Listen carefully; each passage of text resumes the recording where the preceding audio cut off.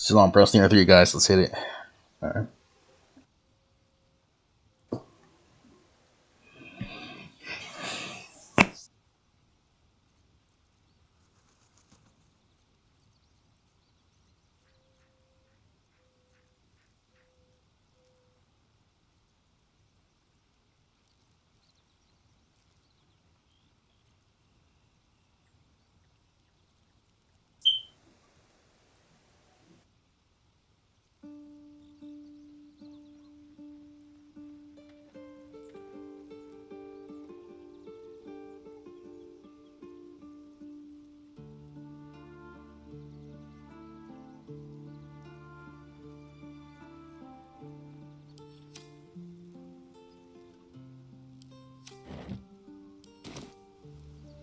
Is that blood?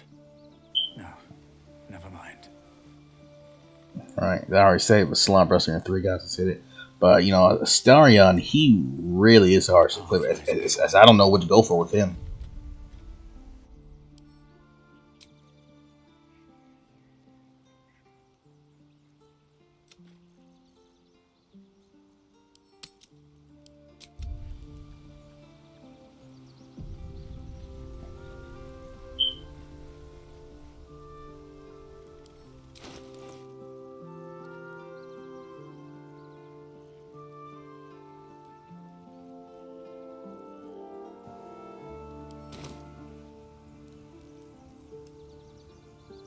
Shouldn't have wished to live in more interesting times. So let me show you guys my trick.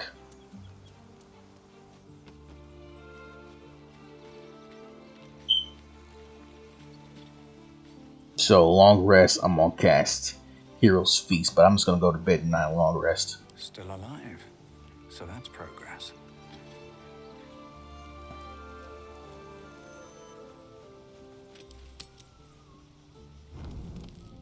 You carry a Githyanki relic.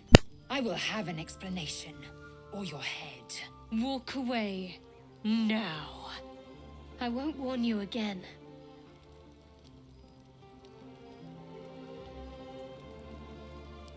lae'zel thinks I have something important to her people.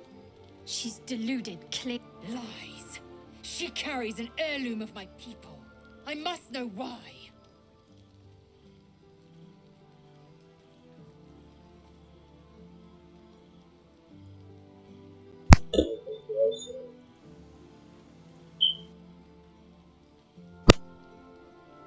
You hear that, lae'zel? It's called common sense. Tisk. You seek reason in dishonor.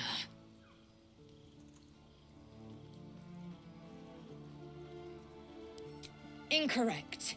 Judicious bloodletting settles feuds and roots out the weak, the deceitful. Do you hear this, tribe? Our lives are at stake, and she wants us to turn on each other. No others. Just you and me.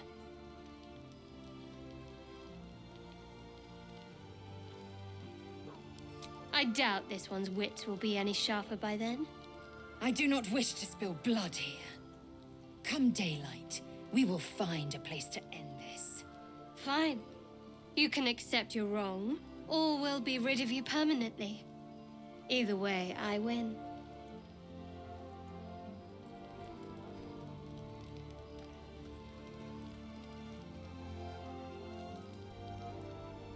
You had every chance to look the other way. But here we are.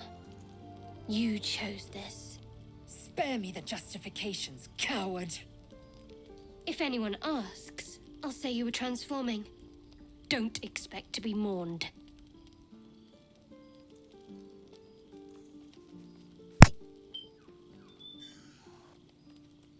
I really don't like lae'zel. I'm not gonna use Frankie Shadowheart might hate me, but literally fuck lae'zel, man.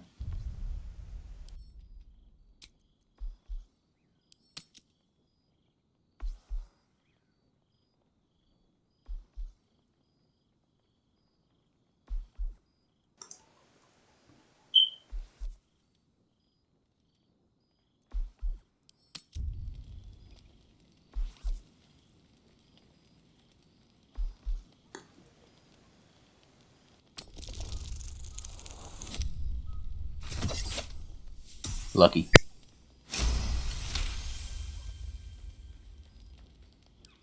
She's a liability. It's the artifact we need, not her. Let me up, and I'll show you. Surrender. A disgusting notion. You had better warm to that notion very rapidly, or your journey ends here. We needn't be enemies. There's plenty of those to go around already. What would you have? That we be friends? Let's not get ahead of ourselves.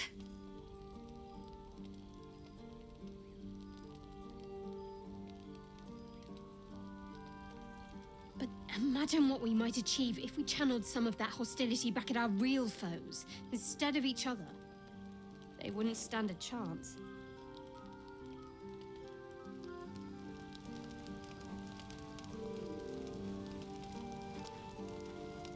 Oh, I really thought Shadowheart and lae'zel might fight to the death over that artifact. A pity. It would have made for a fine night's entertainment.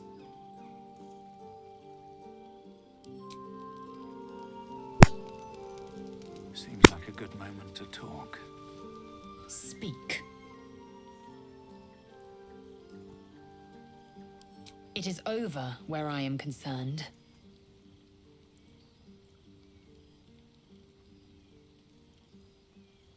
It is through conflict that we strengthen our bonds. Yet I do not recommend Shadowheart seek it again. The next resolution may not end in her favor.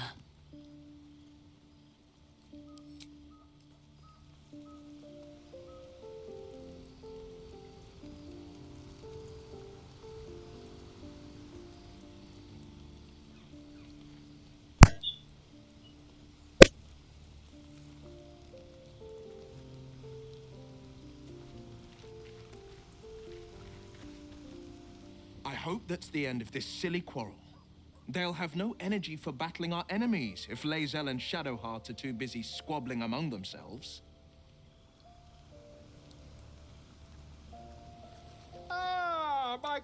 Quite the cozy setup you have here. I'll just make myself comfortable. Thank you so much.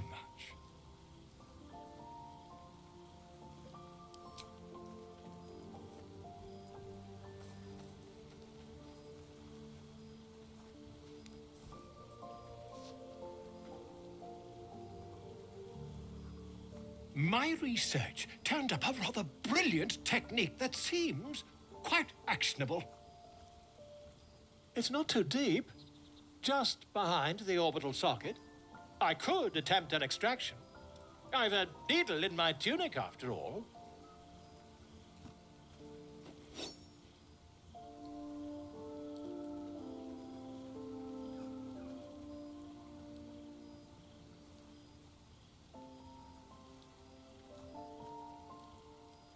You won't find a more learned opinion on this matter, I assure you.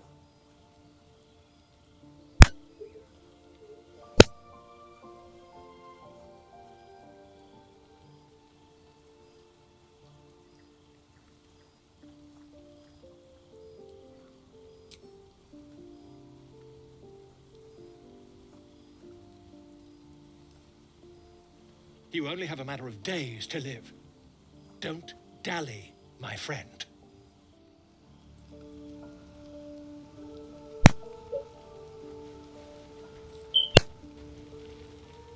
I'll say one thing for our troop. We're not short on drama. I'm glad Shadowheart and lae'zel settled their differences peacefully. Eventually.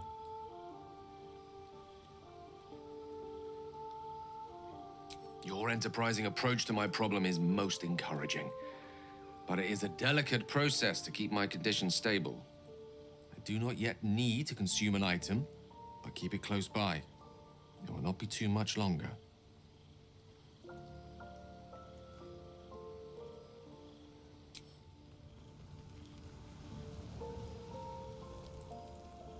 Very well.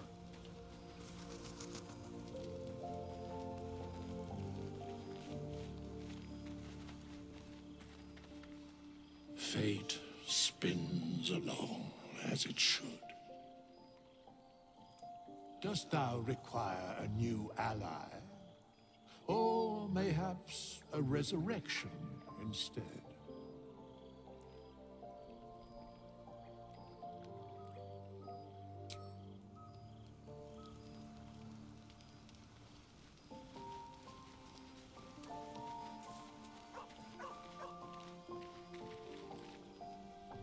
Well, my day just improved. Did you want something? We aren't dear friends now, if that's what you're asking. But I trust we can all sleep a little more soundly in camp now.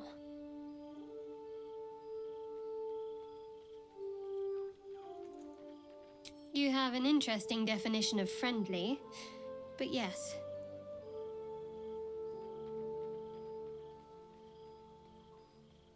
Very serious of you, but go ahead. It's strange. I've been dwelling on what I told you before about wanting to become a Dark Justiciar.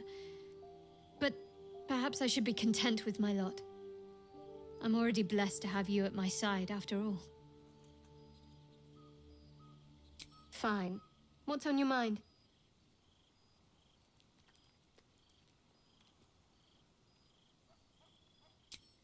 Quite splendidly, to give credit where it's due.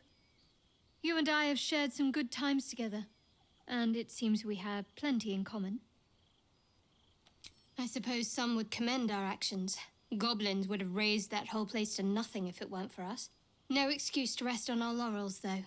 We've still got our own problems to contend with.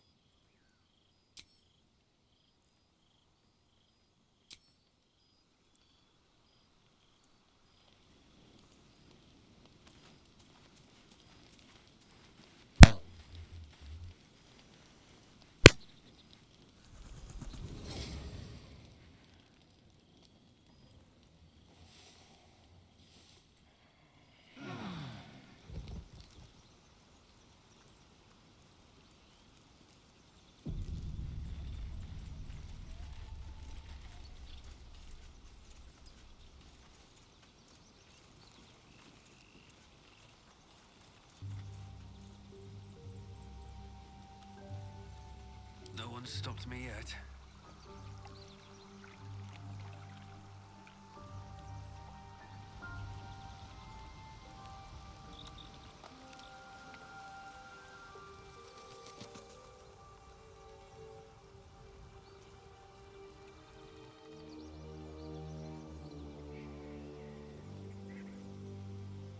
Light on my feet.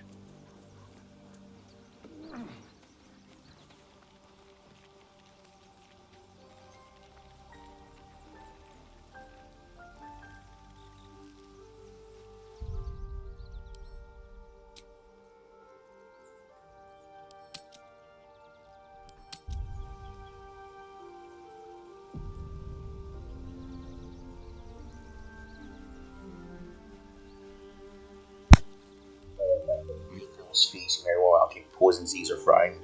It's the increase you make wisdom saving throws with advantage. Like Hero's Feast.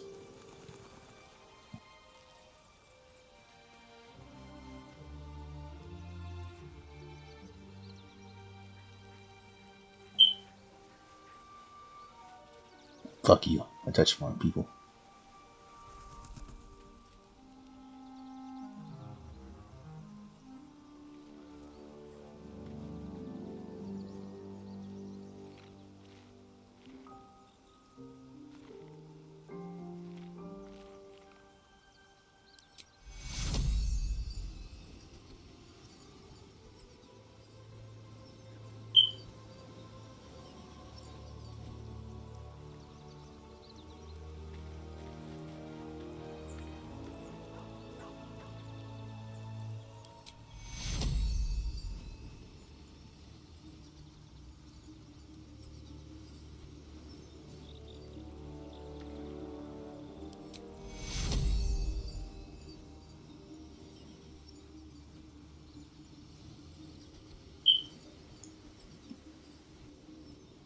Alright, barely made it, but got it.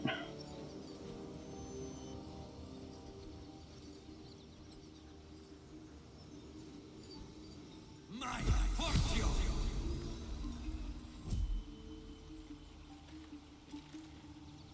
And there's some feast supplies. Ain't that about a motherfucker? Now. If not over, then through.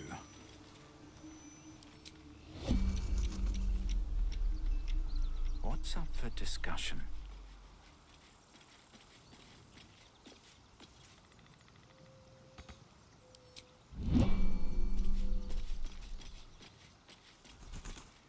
This vessel is at thine disposal. Thou art...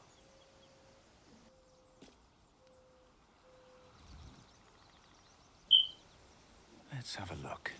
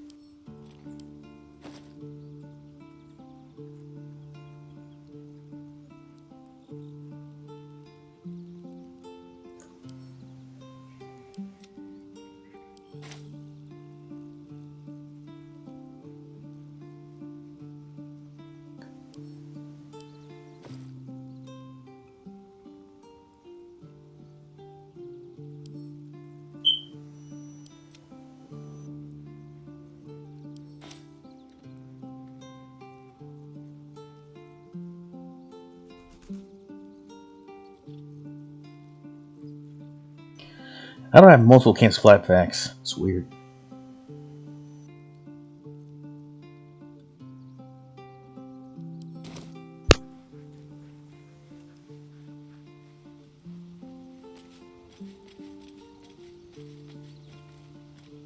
Well met. That's the...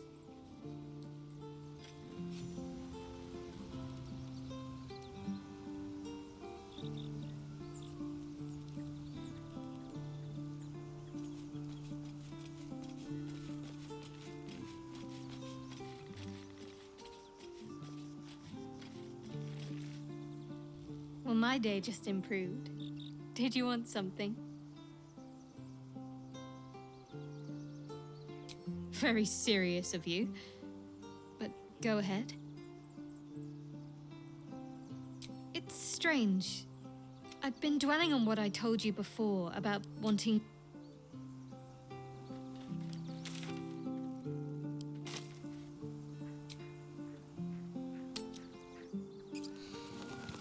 Well, it's no Baldur's Gate, but at least it's some kind of civilization. I do miss the gate, though. The Elf Song Tavern, sunset over Grey Harbor, fried fish at the docks. Drunk young patriarchs, naked in the fountains. Ah, civilization.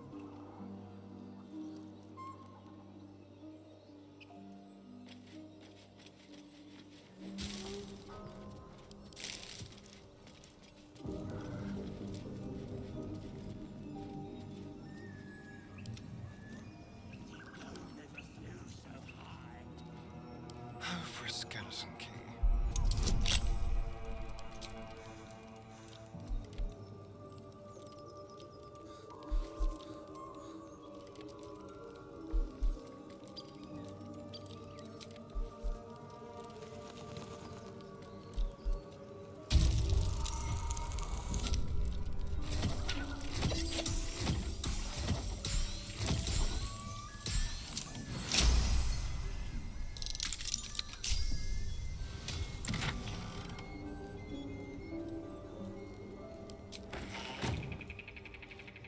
No time to rest.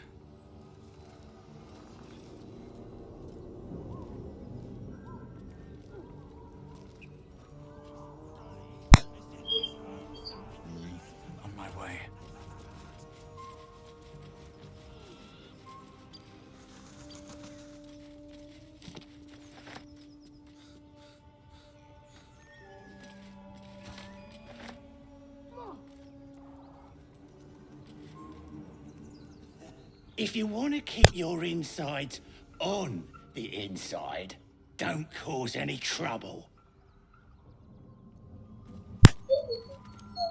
Just putting this whole fucking plan out.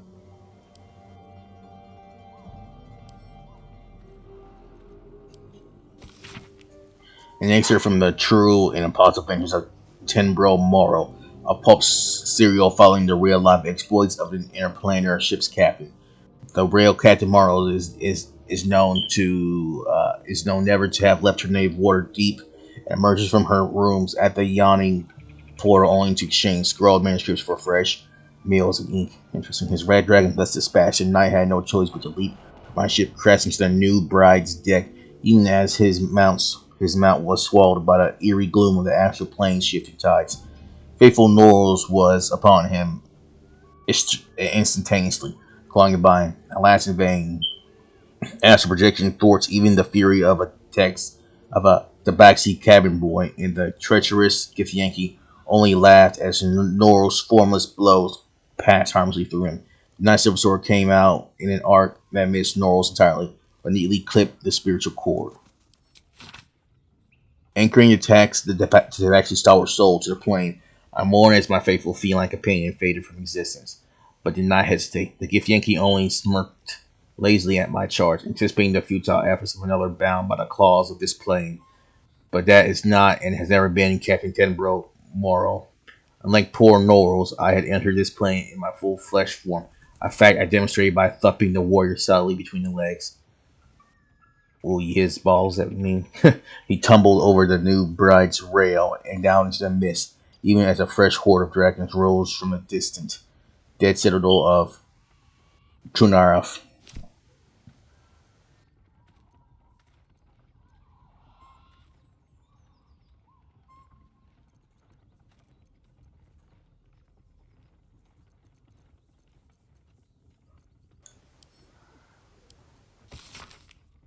People of the Sore Coast, look around you. What do you see? A collection of gods-fearing humans, elves, and dwarves, or an infernal corruption of that divine image. Tieflings wearing their devilish heritages for all to see, walk among us as if they didn't owe their existence and allegiance to the lords below. These hells-touched peoples have infiltrated our cities, our organizations, even our families. They can claim to be good all they wish. Would you believe the tiger who looks at you with dripping fangs if you say he ate nothing but vegetables? No, we can see their true nature, plain as day. But they are not the only evil infiltrating our world. All around I see Drow, Dwagar, and other creatures of the Underdark strive for acceptance. But why should you accept them when their brothers raid our countryside and steal our children? Obviously, I am not saying they should be cast out. Honestly, I am not saying we should return these delinquents to the Underdark and drive the tieflings back to the hells they came from. But beware of these people, my friends. Be suspicious when you see them, and especially suspicious when you do not. Oh, damn, that's some hate right there. That's some pure hate. Damn.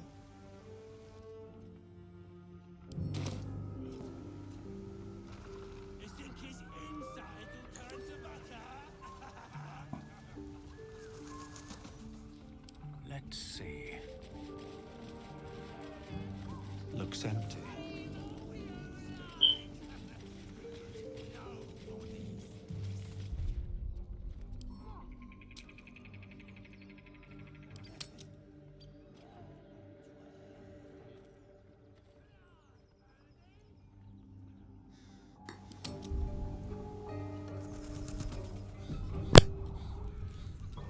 Goblins are such vile little parasites. Given your own nature, are you really the one to judge?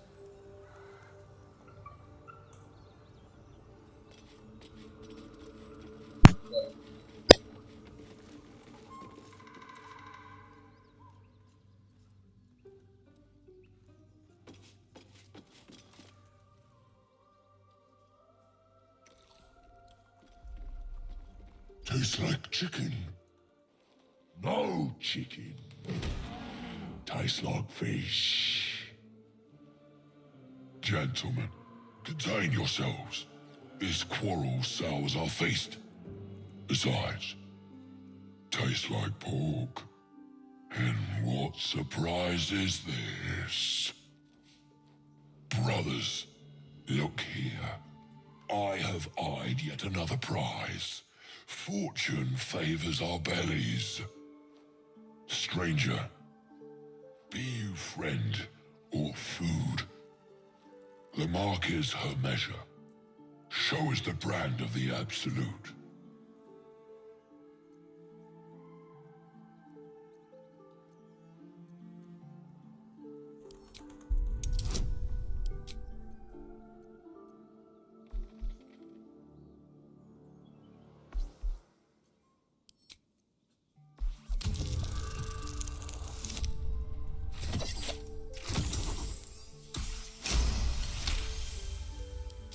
Indeed. How regrettable that your meat must go unsavored. Food? Food. Not food. Friend.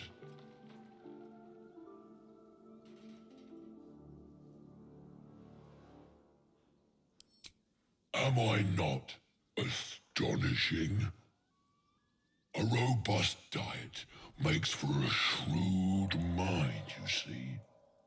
I am a gourmand, and you a delicacy. Were I so lucky?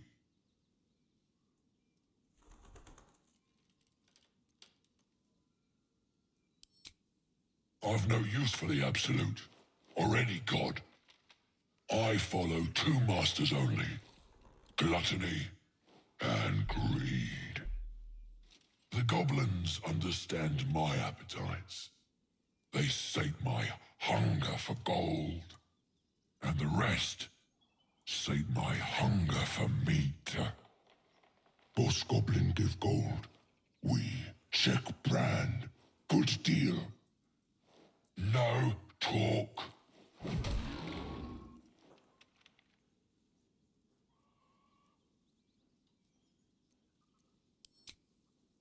We follow the sense of blood and gold to all lands fertile, friend. And this land proves particularly fruitful. I am, by all accounts, a student of higher commerce and extortion. Make me an offer. Tempt me.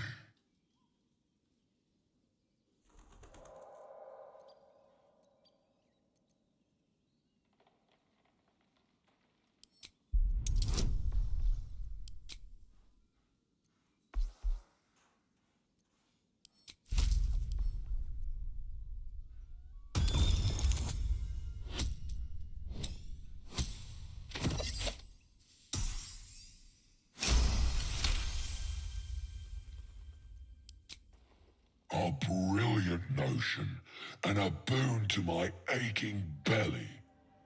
We have a deal, my tasty kibble. Take my bone horn.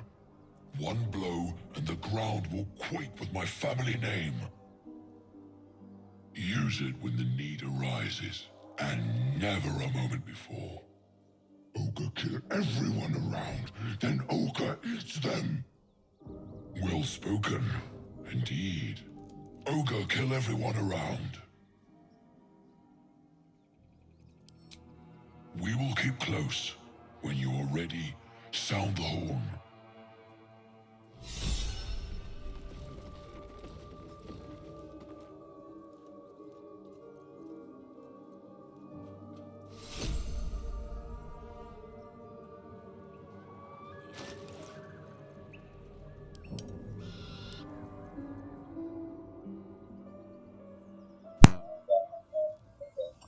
These guys are fucking evil and sadistic. Like, if I get a chance near end game, I'm just gonna kill them all. They're evil. Don't need another fucking shovel, so...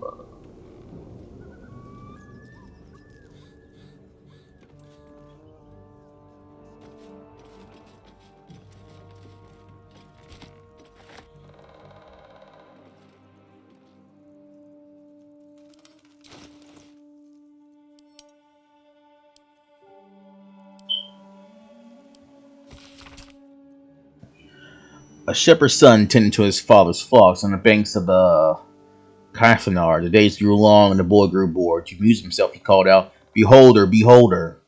The shepherd came running, but there was no beholder. The boy pointed and giggled, but the shepherd scolded him. "Do not cry, beholder, when there is no beholder. Promise." "I promise," said the boy, but the next day was as boring as the last. "Beholder!" the boy cried, and his father rushed to his side. The boy laughed and laughed, but the shepherd only frowned and shook his head. 3 days later, the boy spotted a round figure floating in the distance. It had one giant eye in the middle of its face, a mouth full of pointed teeth, and thin stalks growing from it, each with an eye peeking from the tip. "Beholder, beholder!" he shouted, but no one came. The beholder began to float toward him, and the boy turned, sprinting along the river. He ran and ran until he reached a high bank and could run no more. The boy cried and cowered, bracing for the beholder's deadly ray. Instead, a familiar voice said, "Turn around." The boy turned. There was no beholder, only the shepherd, clad in a woolen cloak. A giant eye was painted on the front, and a toothy mouth below. Vines were sewn to the cloak's edges. "You scared me, boy." You scared me," sobbed the boy. "That makes us even," said his father as he dried the boy's tears. The boy never cried beholder again. Huh, what they're talking about. Though it sounds very eerie, if I'm not gonna lie.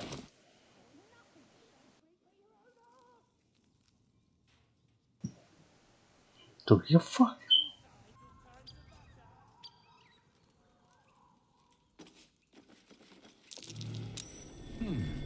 What's that?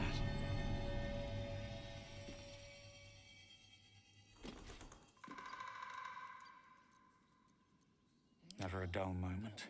I'm ready.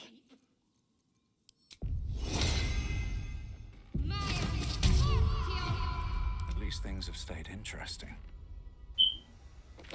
So, a vampire spawn and a monster hunter in the same group. We're not going to have trouble, are we? Excuse me. Since this tadpole, I'm barely a monster at all.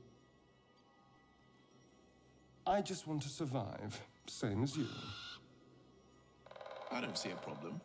As long as Mr. Fang there keeps his appetite in check. What's in here?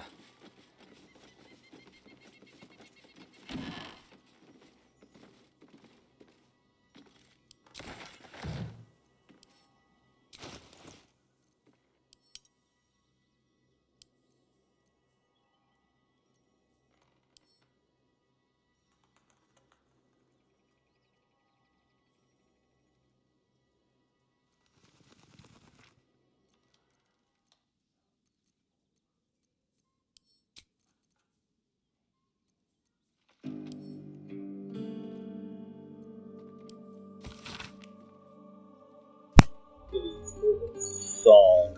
Pray for him for inspiration. Hear his call and sing along. Let his art be your salvation. Miracle is a lord of death, of hopelessness and ending things. He'll come for all at their last breath. Lords and peasants, crooks and kings. Misha, goddess of all mages. She provides and tends the weave. Revered by many through the ages. All magic we from her receive. Damn. Cool.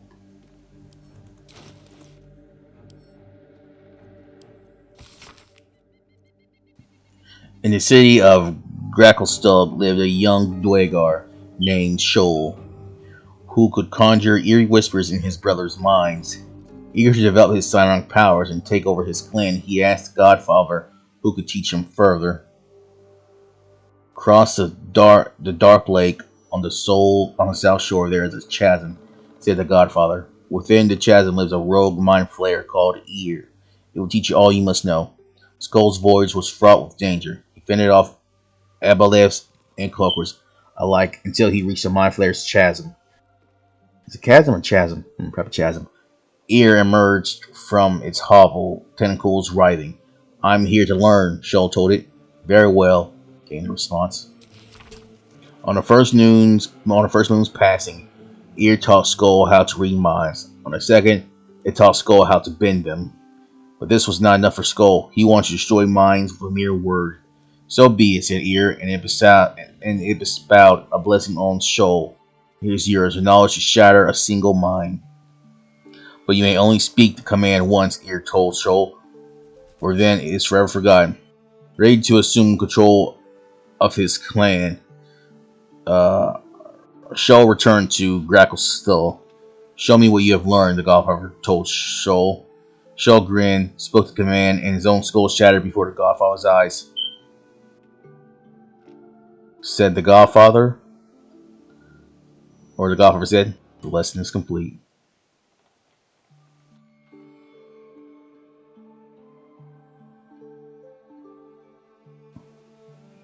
What the fuck? God, that is fucked up. God. What the fuck?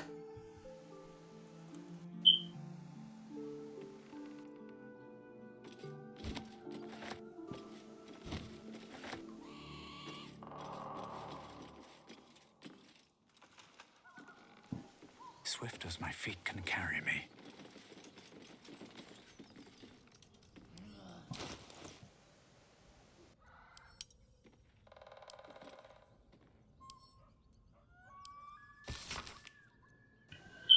Lyra, Lady of Deception, a goddess who wears many masks. Invoke her name, avoid perception. She hides her lies and secret tasks. For joy to Lyra you must call, and worship her through the soul-felt dance. So find her presence in fest halls. Do not give idleness a chance. Leviatar's pleasure in your pain, your scars an offering. Scourge or candle, whip or cane, can your devotion bring? Yeah, that's some sadistic shit, but not to be, it's expected from a Leviatar. What a land is Comir. Sterling, the geography is dramatic, edged by mountains and sea, filled with forests and swamps. But why dwell on these when the great walls of Solzlane loom ahead? One sees the city walls as one approaches, but there is no understanding them from a distance. It's only as one gets close and they loom higher and higher and higher that one appreciates the majesty of Suzael. I passed through gates the size of castles to enter this magnificent city. The streets are patrolled by elite armored knights known as Purple Dragons and frequented by nobles in the most elegant fashions. It's a port filled with ships from across the sea of fallen stars, carrying goods from lands I only knew from legends. The dock overflow with fruit, spices, silks, and animal pelts. You will not see a finer market if you have the golden lions. You will not see a finer market if you have the golden lions to spend. Also, the harming of cats is strictly forbidden. Thoroughly civilized land. Oh, that's interesting.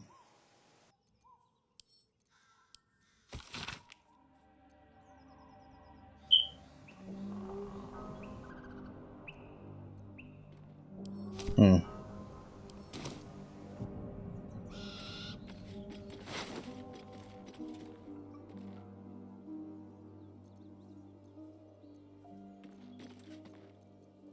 Dead tiefling.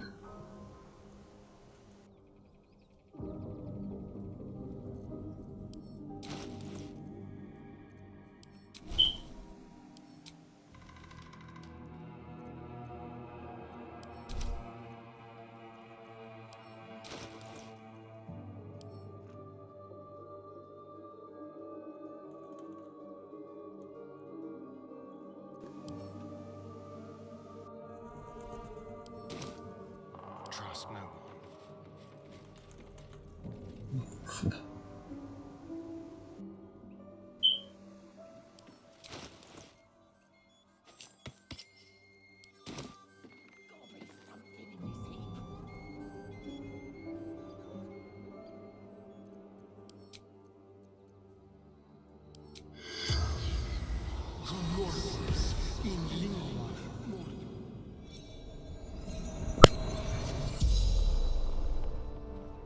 The tiefling's corpse stirs with the spell. You realize the tiefling's body has been torn open by huge hands. Ogres, hungry, bloodied, screams.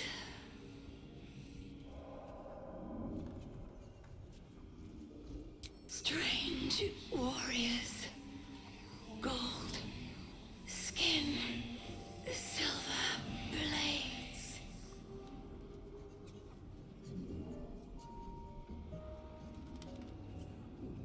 Mountains, road, gate. Elturel, Zoru, friend. True sight, no coin.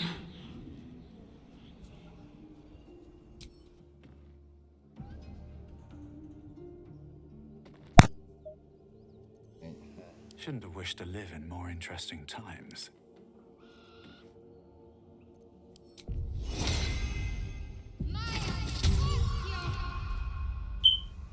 Looking ahead.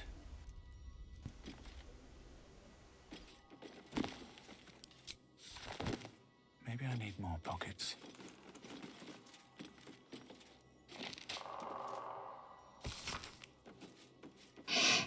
The clear very old, this handbill has managed to maintain its bold print over time. For one season only, see the play that sent Elturel's Everlight theory to chaos. The Sharp-Tongued Traveling Troupe presents The Folly and the Fall, a tragedy in 4 parts. Part 1 of Lost Netheril, the Great Wizarding Empire and Humanity's Age of Wonder. Part 2 of The Great Mage Karsus, his brief and terrible godhood in a ruined Herod. Part 3 of Nero's Fall, 1,000 years of shade and Shar subversion. Part 4 of Netherill's return and his shadow falling upon the land. Penned by the great bard Bragan Feg, The Folly and the Fall tells a true story of the flying Netherese city, Thol Tanthar, and its dramatic return after 1,000 years in exile on Shar's planet Shadow. See the climactic battle above Myth Draenor rendered in stunning detail thanks to the finest thaumaturges on the coast. Direct on your village screen as a sharp-tongued traveling troupe makes its transit to Baldur's Gate. See it now, face 1,000 years of sorrow. Oh, that would suck.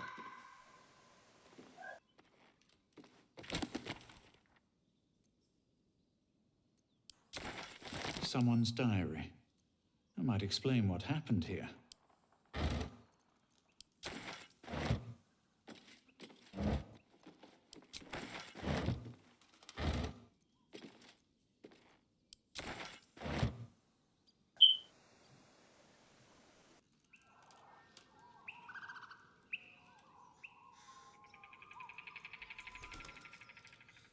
Have to keep going.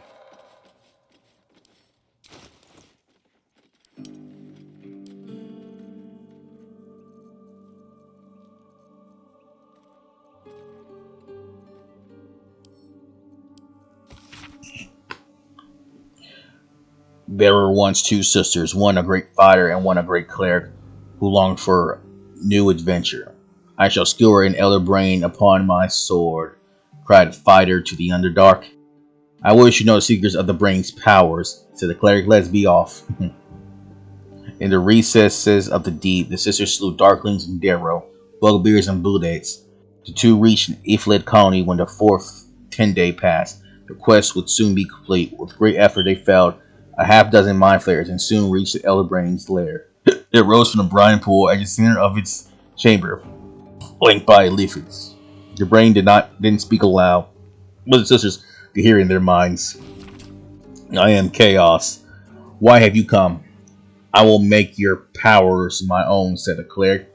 I will crush you and bring an end to your tyranny, said the fighter. The brain hovered in silence. A moment later, a burst of psionic energy shook the chamber, and the sisters lay dead. Good luck, Chaos replied. The Illithids feasted heartily that day. Damn. God damn.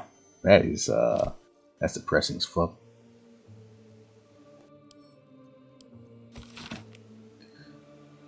A school's attendance log fills the ancient pages. As the pages and days progress, more and more people's names vanish from the entries. An urgent script, a note in the margin states that someone has to investigate what's become of the missing children and their families. Shit.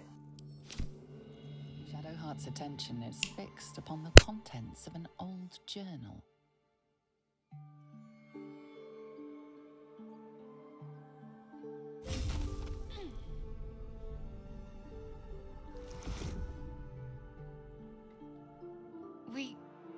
We should keep moving.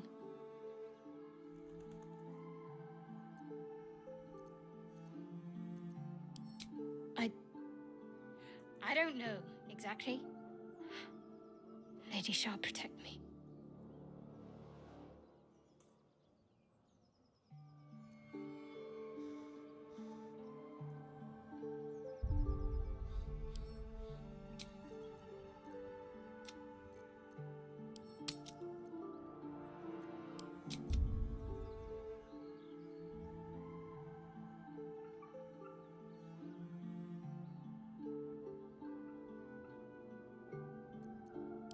Maybe. It felt oddly familiar, but I don't know why. I saw something that reminded me of my faith, my mission. I felt something rise within me like my blood was on fire. Then it passed. That's all I know. It's stopped now, whatever it is. Let's just carry on.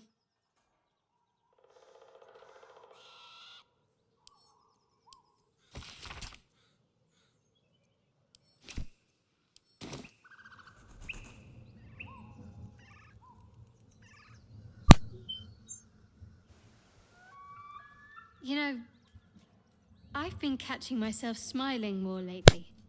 I think that's your fault. Very serious of you. But go ahead. Even if I could remember, I'm not sure I'd tell you. I don't want your ego to get overinflated. Fine. What's on your mind? Quite splendidly, to give credit where it's due. You and I have shared...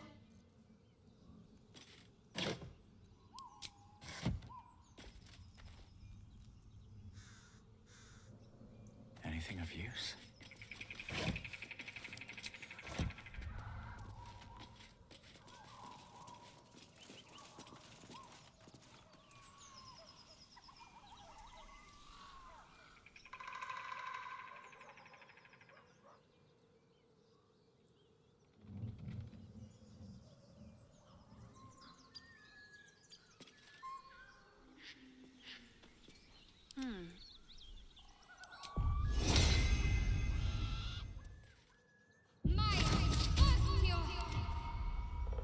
On I go.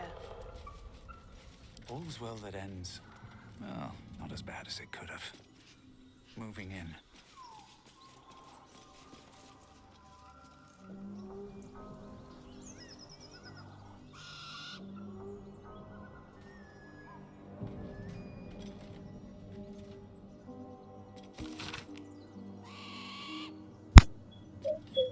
One for each side sword.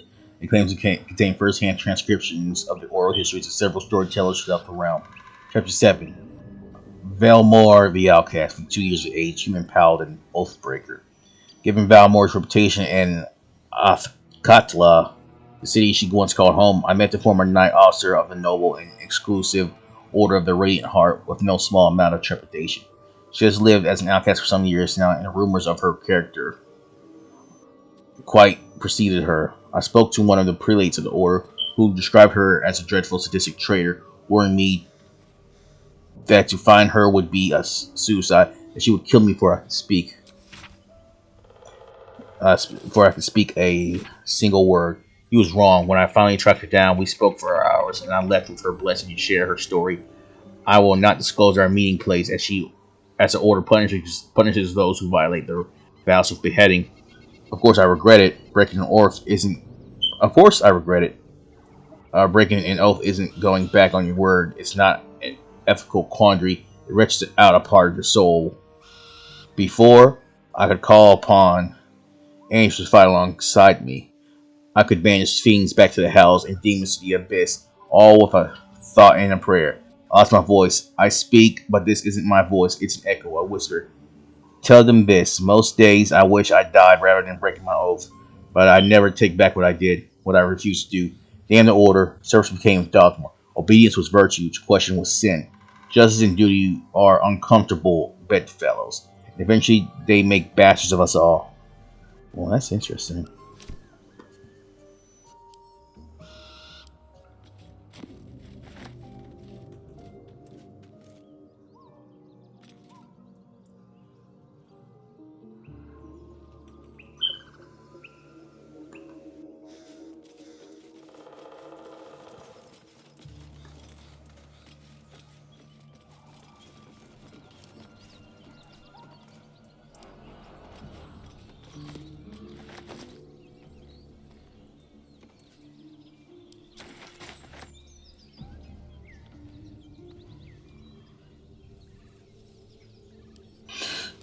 This was probably Valo's.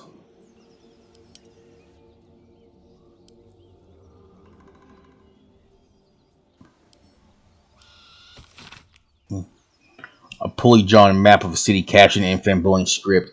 What follows is the most thorough and accurate account of the city and people of Baldur's Gate, the Sword Gem of the Sword Coast.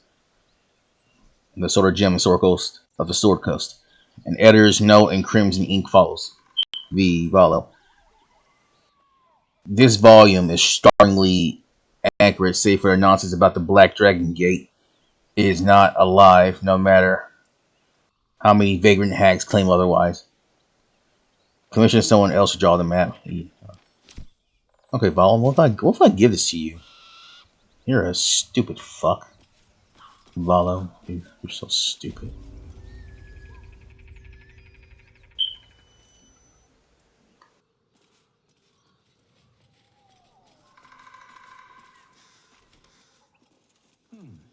What's that?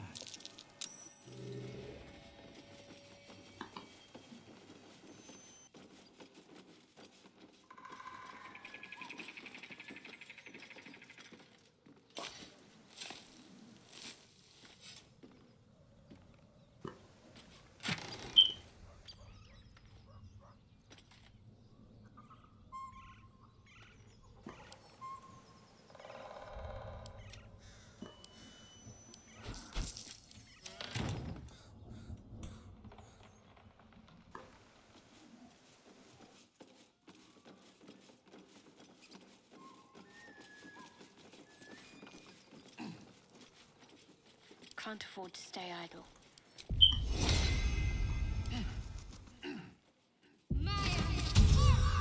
What to do? How much further can I go?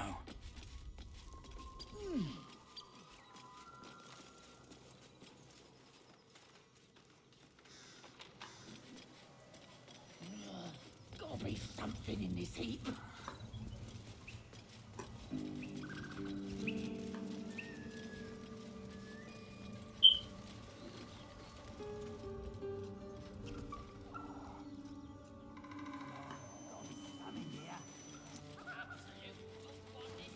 Something good here. I hope. Getting drunk off that chopper's in camp. Ain't fair.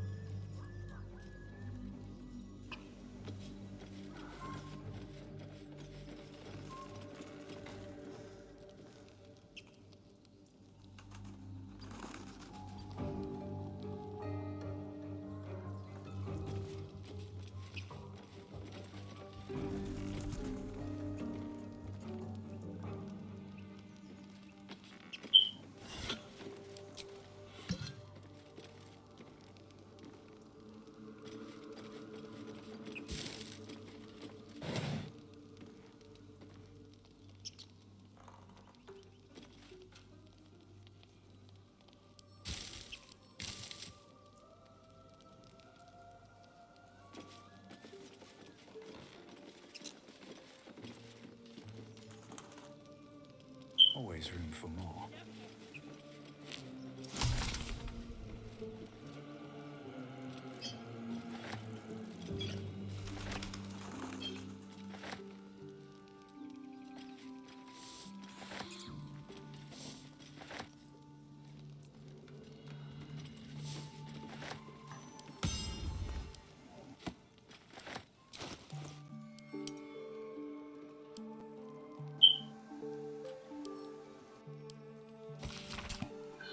The ledger is filled with cultivation instructions for a range of medicinal plants. One entry is underlined. Deliver specially requested plants to the seller. Keep away from prying eyes. Huh. Somewhere. I don't see one.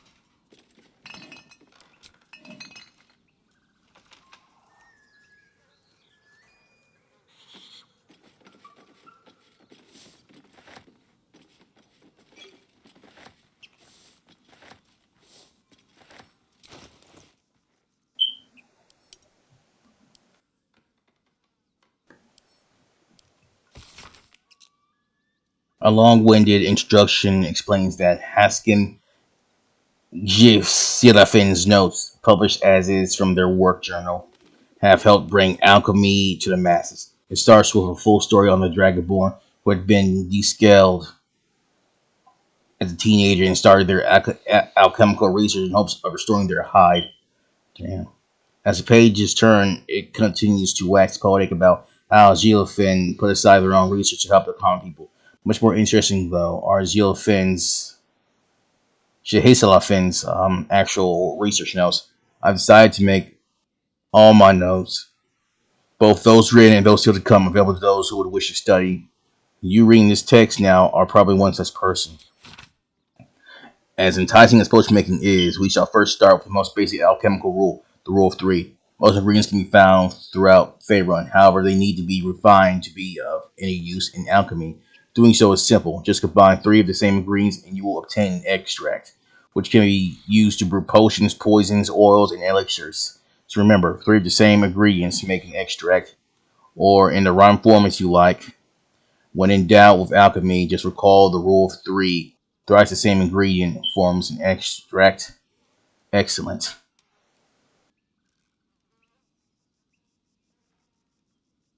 But what ingredient says that?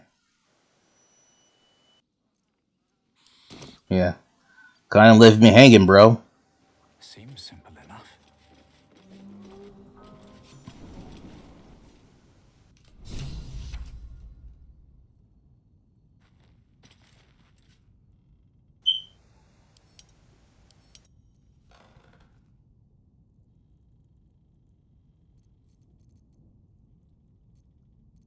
Someone there?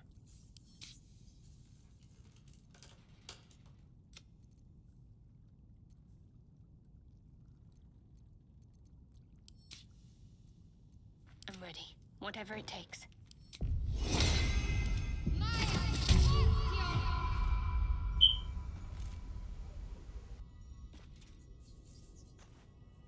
Might as well.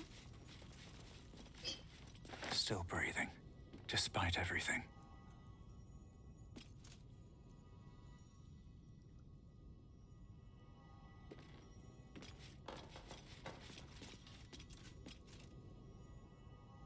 I'll take that.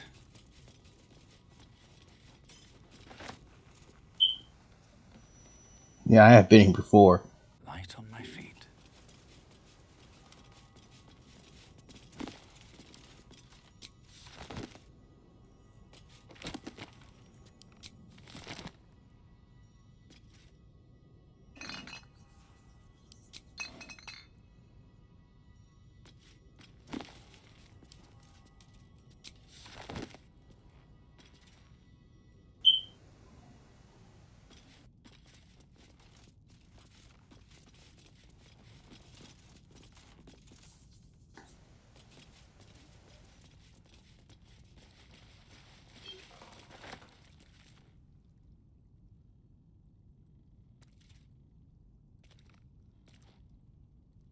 What's hiding here?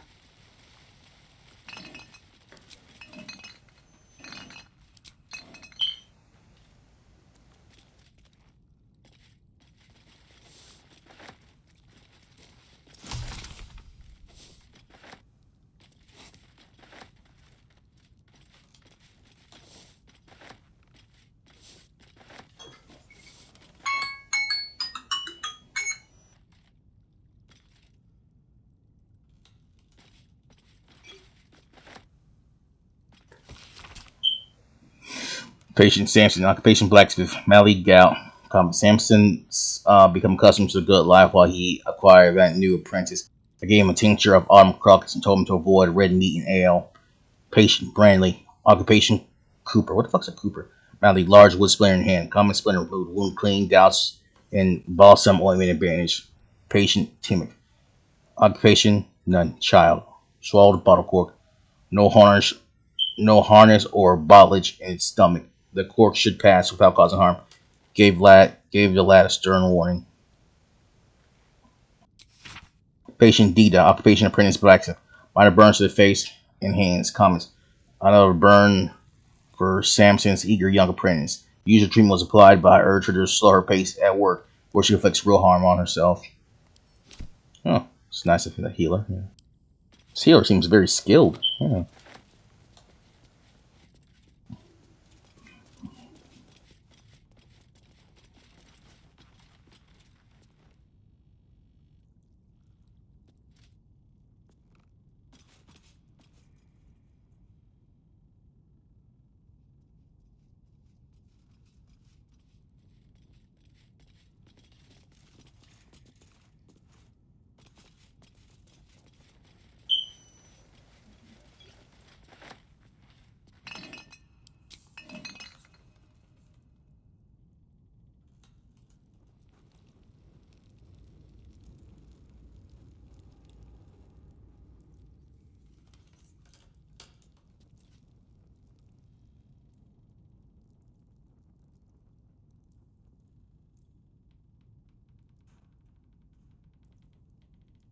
Alright, so I have this one, guys. Brunson Aaron 3 out. Brunson Aaron 3 out. Peace will be with you. Dan Hoon, see you later.